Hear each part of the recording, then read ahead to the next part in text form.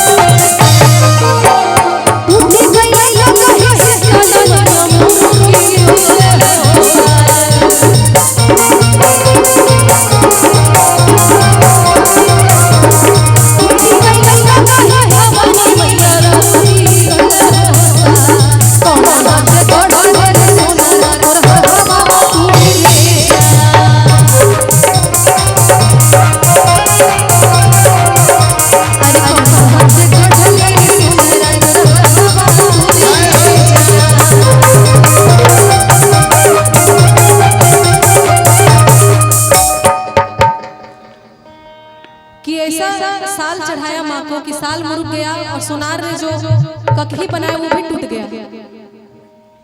तो उसको श्राप दी कि कोनो हाथे गढ़ले रे सुनरा तोर हथवा तुड़ी रे जाए। अब ई सुन के कोई माँ जिसका बेटा किसी कोई श्राप दे दे कि तोर बेटा के हाथ टूट जाए तो उसकी माँ को बहुत बुरा लगेगा। वो माँ क्या कह रही है कि रोवता रे सोनरा के मोइया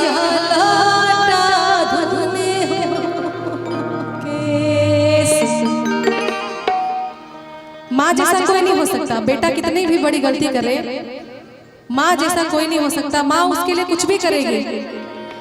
किया रे